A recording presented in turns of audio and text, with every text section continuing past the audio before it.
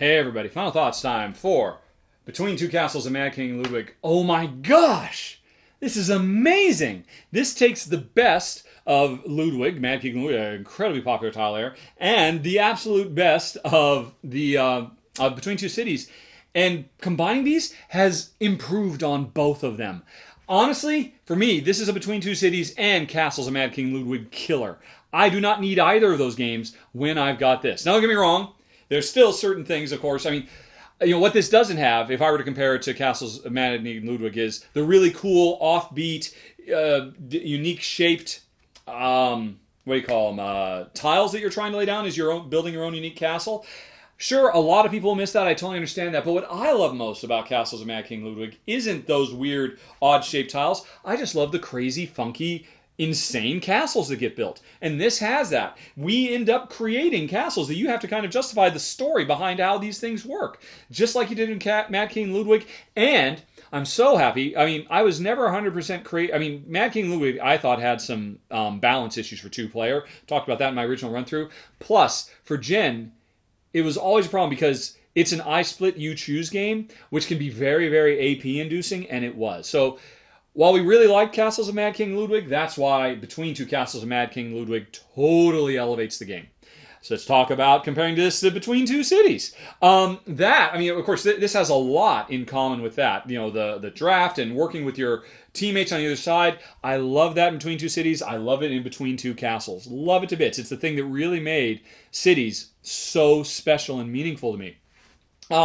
But this takes that core idea and again enhances it because of this building conceit of we're looking at things from the side, not overhead. And so you have these issues devoted to above and below ground building that creates a much richer, more interesting set of obstacles to overcome and puzzles to work out as you're going along. And as well, the two-player implementation for Between Two Castles. I loved the two-player implementation. Well, actually, that's not true.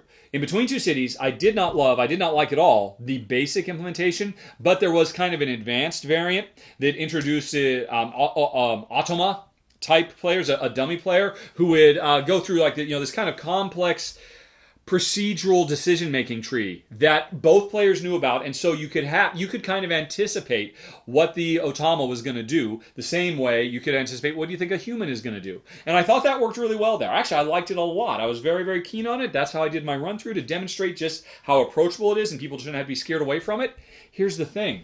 This comes up with an alternate way to make two-player work that is just brilliant in its simplicity. Oh, am I controlling Ludwig? I just pick two randomly, and I figure out how to make these work. And that so simplifies and streamlines the two-player experience above and beyond what Between Two Cities provided. And then on top of that, it adds, the really fun sense of humor that Castles had. Like I said, I mean, don't get me wrong. I mean, I understand why for a lot of people this would not replace the original Castles of Mad King because what it had. And I can see why it wouldn't necessarily replace the original Between Two Cities because it certainly had elements that I think were really strong as well.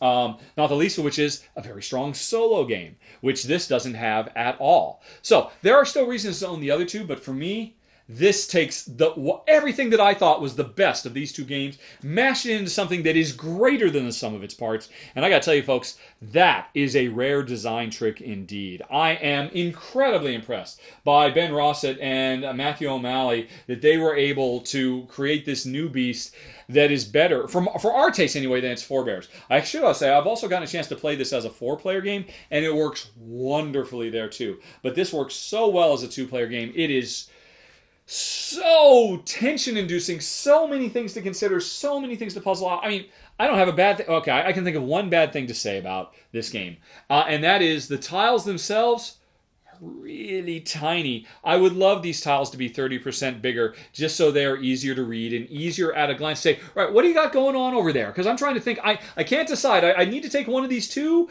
They're both equally good for me. I need to figure out what I don't want to give you, and I can't even tell what you're doing because it's so far away and it's so tiny. That's a shame. I understand why, because this game can go up to 7 players, and if these tiles were 30% bigger, no one would have a table big enough, except for Dr. Strangelove, to actually be able to play the thing. So I get it, but it is kind of unfortunate they have to be so small. Also, I mean, I know a lot of people are actually going to love these trays. I think they're nice, but I don't know. I mean, to me, they after I'm done playing a game, I just like to have a big plastic bag and shove everything in there and stop thinking about it because I'm out of energy. It's the next time I'm going to play a game when I'm sitting down, I'm full of energy, I'm ready to go. At that point, I don't mind the arduous task of dividing everything and sorting things and shuffling things. I don't want to have to do that at the end of the game. I want to do that at the beginning of the next game. But these trays pretty much force you to do it at the end of the game.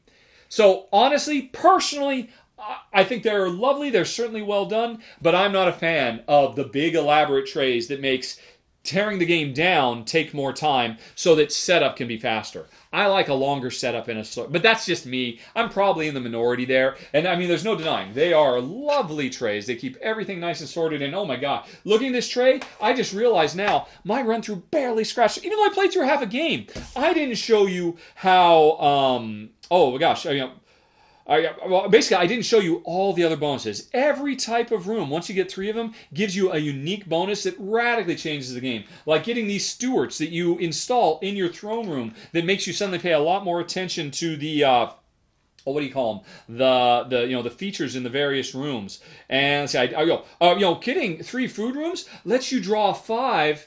And pick one, that can be an incredibly powerful thing. Getting 3 downstairs rooms lets you choose the bonus of any other type of room. Oh, you know what? I thought of one more thing I'm not crazy about. And again, I'm not quite sure what they could have done about it. This game has, it comes, of course, with a really big, nice, thick pad of paper for scoring and whatnot. Here's the thing. The scoring for this game can get so complicated that each player is supposed to get their own page to keep track of everything because there's so much going on. I get it, but I don't know. Normally with these kind of pads, you use, look, there's columns for everybody, and one player can just be the kind of tallier for everybody. What did you do? What did you do? What did you do? What did you do? You can't do that here. Instead, you've got to give everybody their own piece of paper, and everybody does their own individual tallies. I would rather the normal way where there's just one person who has a column for everybody. But it's fine. I understand, again, why they didn't do it. Understandably, because they didn't want to make this 3 times bigger. Because it would have to be a big old A4 or A5 size piece of paper to do it. But these are minor complaints in the production, the size or the trays or whatever, because I can't complain at all about the gameplay. This is crackerjack. This is so good. This, I think, is an early in the running for top 10 of the year. Between Two Cities made top 10 of the year for me, and this improves upon it. So I don't know what's coming down the pike. I don't know what's going to be out at Essen. I mean, there's a lot of other great things, but I would not be surprised if come Christmas time and I'm doing my yearly summary of the best, this makes it because it's the best. I love it. I love Between Two Castles of Mad King Ludwig. And I love the story behind it. 2 separate publishers coming together, putting aside their competitive gosh, I just thought of it just now. It's so thematically appropriate. This is a game all about partnerships. And Stonemaier and Bézier partnered to do... This game makes me happy, folks. And that's it. Thanks very much for watching the run-through. I hope you have a very, very nice day. Talk to you later. So long. Bye-bye.